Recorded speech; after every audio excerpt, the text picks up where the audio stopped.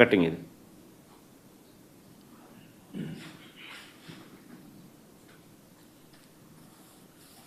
మరి ఒక్క పైసా కూడా 36,000 ఇస్తానని చెప్పినోడు కనీసం ఒక్క పైసా కూడా ఇవ్వకుండా అన్నీ నేను చేసేసాను, సూపర్ 6 చేసేసాను, సూపర్ 7 చేసేసాను, ఎవరైనా కూడా ఇంకా సూపర్ 6 సూపర్ 7 చేయలేదా అని అడిగితే వాళ్ళ నాలుక మందం అని చెప్పి బెదిరించడం ధర్మమేనా అని అడుగుతాను, మోసం కాదని అడుగుతాను.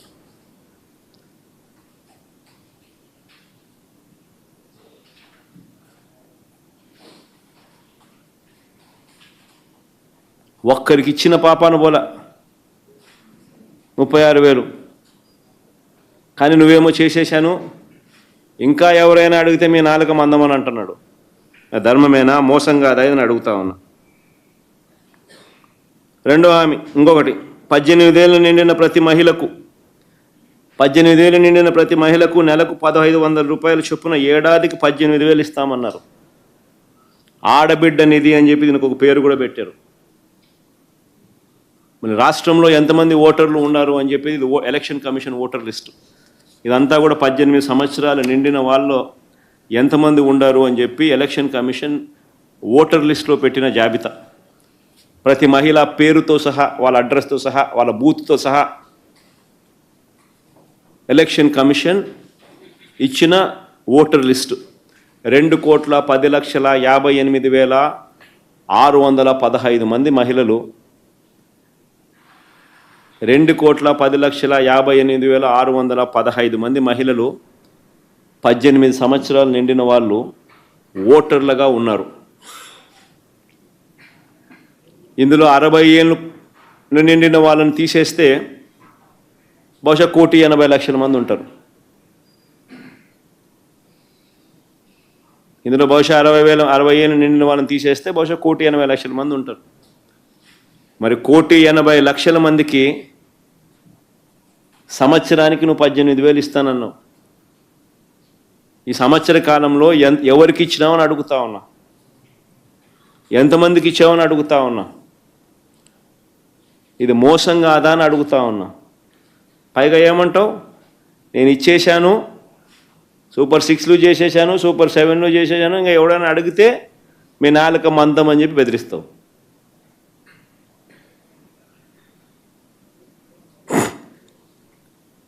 ఇప్పుడు మళ్ళీ ఈ సంవత్సరం కూడా మళ్ళీ ఇంకా ఫర్దర్గా డ్రామా పెంచుతూ మోసం చేస్తూ ఇప్పుడు P4 అని డ్రామా ఆడుతున్నావు.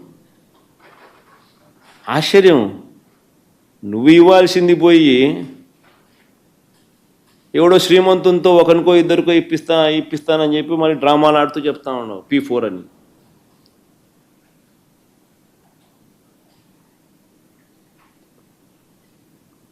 ఇంకోటి చూద్దాం, ఇంకా దీపం. మామూలుగా ఈ దీపము, బస్సు అనేది, ఆర్టీసీ బస్సు అనేది చిన్న చిన్న పనులు. నాకు తెలిసి ఇవన్నీ చాలా చిన్నవి. ఈ దీపం అనే పథకానికి రాష్ట్రంలో ఎంతమందికి గ్యాస్ కనెక్షన్లు ఉన్నాయనంటే 1,59,00,000 మందికి, 1,59,20,000 మందికి గ్యాస్ కనెక్షన్లు ఉన్నాయన్నది సెంట్రల్ గవర్నమెంట్ సోర్స్. ఇది state wise active domestic customers of LPG petroleum planning and analysis cell వాళ్ళ వెబ్సైట్లో అఫీషియల్గా కనిపిస్తుంది ఏ రాష్ట్రంలో ఎన్నెన్ని గ్యాస్ కనెక్షన్లు ఉన్నాయి అన్నది. పెట్రోలియం ప్లానింగ్ అండ్ అనాలిసిస్ సెల్లో కనిపిస్తాయి. 1,59,20,000 మందికి గ్యాస్ కనెక్షన్లు నువ్వు ఇవ్వాలి అనంటే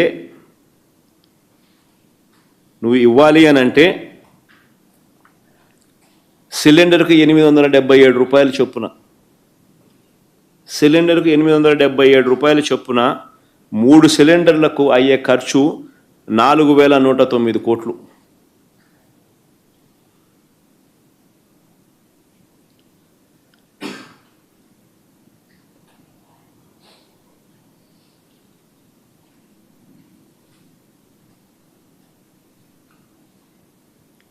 మన 4,109 కోట్లకు గాను తొలి ఏడాది నీ బడ్జెట్ కేటాయింపు ఎంత? 865 కోట్లు. మరి 4109 కోట్లు ఇవ్వాల్సిన చోట నువ్వు 865 కోట్లు ఇస్తే మొదటి ఏడాది మిగిలిన 3244 కోట్లు చేసింది మోసం కాదా అని అడుగుతా ఉన్నా. మిగిలిన 3224 కోట్లు చేసింది మోసం కాదా అని అడుగుతా ఉన్నా.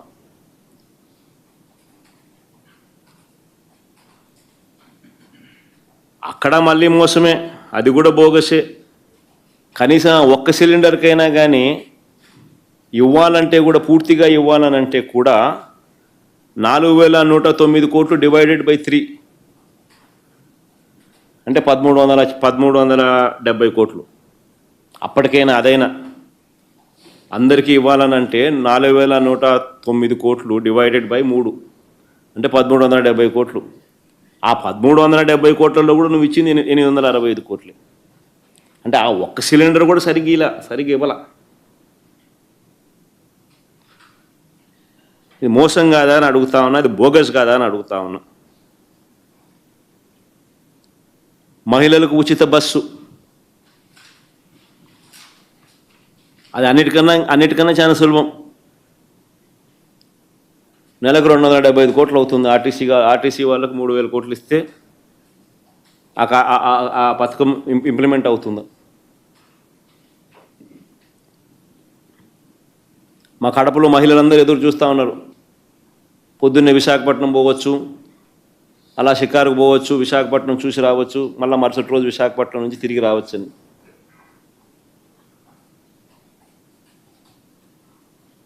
కడపలో మహిళలందరూ ఎదురు చూస్తూ ఉన్నారు.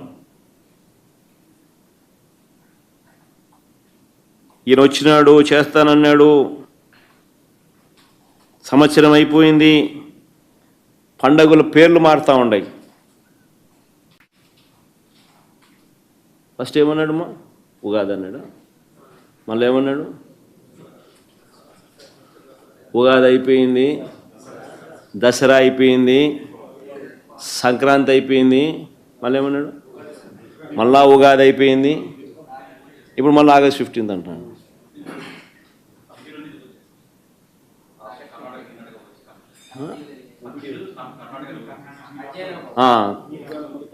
దానికి అధ్యయనం ఏముందని మేనిఫెస్టోలో అని చెప్పినాడు. దానికి అధ్యయనం ఏముందని నాకు అర్థం కానీ ఆర్టీసీకి డబ్బిస్తే అధ్యయనం. ఎక్కేటోళ్ళు ఎక్కుతారు, ఎక్కిన వాళ్ళందరికీ విశాఖపట్నం పోవాలి, విశాఖపట్నం పోతారు. మా అనంతపురం వాళ్ళు అమరావతి చూసుకునేదానికి విజయవాడ రావాలంటే విజయవాడకు వస్తారు, కనకదుర్గమ్మ గుడి దర్శనం చేసుకుంటారు, మళ్ళీ ఎనికిపోతారు.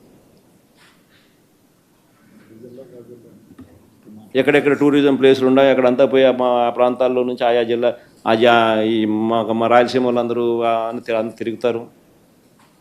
ఇంకా వీళ్ళంతా కూడా ఇంకా పైకి పోతారు, అన్ని చూసి వస్తారు. పొద్దున పోతారు, సాయంత్రానికి ఎన్నికకి వస్తారు ఇళ్ళకు. దానికి అదే కదా ఆయన చెప్పింది. ఎన్నికలప్పుడు అదే కదా ఆయన చెప్పింది. దానికి ఇలా ఇంకొకటి సూపర్ 7లో 50 ఏళ్ళకే పెన్షన్ అన్నాడు. 50 ఏళ్ళకే పెన్షన్ అన్నాడు.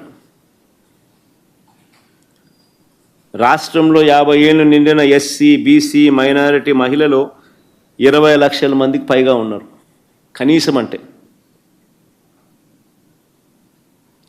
నెలకు 4000 రూపాయలు చొప్పున వీళ్ళకి ఇస్తే పెన్షను సంవత్సరానికి 9600 కోట్లు కావాలి. ఫస్ట్ ఇయర్ ఎగరగొట్టేసినాడు ఒకరికి, ఇలా రెండో సంవత్సరం కూడా ఎగరగొడతా ఉన్నాడు. కానీ ఎవరైనా ప్రశ్నిస్తే మాత్రం నేలకు మందం అని బెదిరింపు. పైగా అన్నిటికన్నా దారుణం ఏంటంటే ఇచ్చే పెన్షన్లు తగ్గించేసినాడు. ఈయన ముఖ్యమంత్రి అయ్యే నాటికి ఎలక్షన్ జరిగే నాటికి మార్చిలో ఈయన ఎలక్షన్కు పోయే నాటికి 66,34,742 పెన్షన్లు ఉంటే నిన్న జూన్లో పెన్షన్ అంటే ఈ నెలలో ఇచ్చిన పెన్షన్ ఎంతమందికి అంటే 61,48,000 మందికి. అంటే 5 లక్షల పెన్షన్ తీసేసినాడు.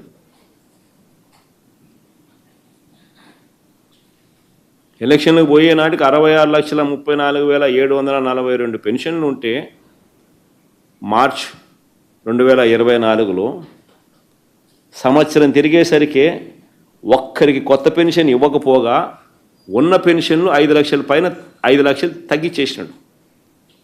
నిన్న జూన్లో ఇచ్చిన డిస్పర్స్డ్ అమౌంట్ ఎంత అని చూస్తే 61,48,697 పెన్షన్లు నిన్న జూన్లో, ఈ జూన్లో ఇచ్చిన పెన్షన్లు సంఖ్య. మరి కొత్త పెన్షన్లు ఇవ్వకపోగా ఉన్న పెన్షన్లు 5 లక్షలు పీకేసి 50 ఏళ్ళు నిండిన వాళ్లకు కొత్తగా మళ్ళీ అదనంగా మళ్ళా పెన్షన్ ఇస్తానని చెప్పి ఎన్నికల మేనిఫెస్టోలో మాట చెప్పి ఆ రకంగా ఆ ఎస్సీ బీసీ మైనారిటీ మహిళలకు కనీసం అంటే 20 లక్షల మందికి వాళ్లకు మోసం చేసి వాళ్లకు ఇవ్వకపోగా మళ్ళా ఏమంటాడు, నేను ఇచ్చేసినాను, ఎవరైనా ప్రశ్నిస్తే నాలుక మందం అని బెదిరింపు. ప్రధానమంత్రి పిఎం కిసాన్ పథకంతో సంబంధం లేకుండా అన్నదాత సుఖీభవ పథకం కింద ఒక్కో రైతుకు ఏడాదికి 20,000 చొప్పున పెట్టుబడి సహాయం కింద అందిస్తానని హామీ ఇచ్చాడు. అప్లై చేయమ్మా. అసలు ఆయన ఏమన్నాడు? ప్రధానమంత్రి పిఎం అన్నదాత సుఖీభవ తిప్పడు మాట తప్పడు. మళ్ళా మొదటి నుంచి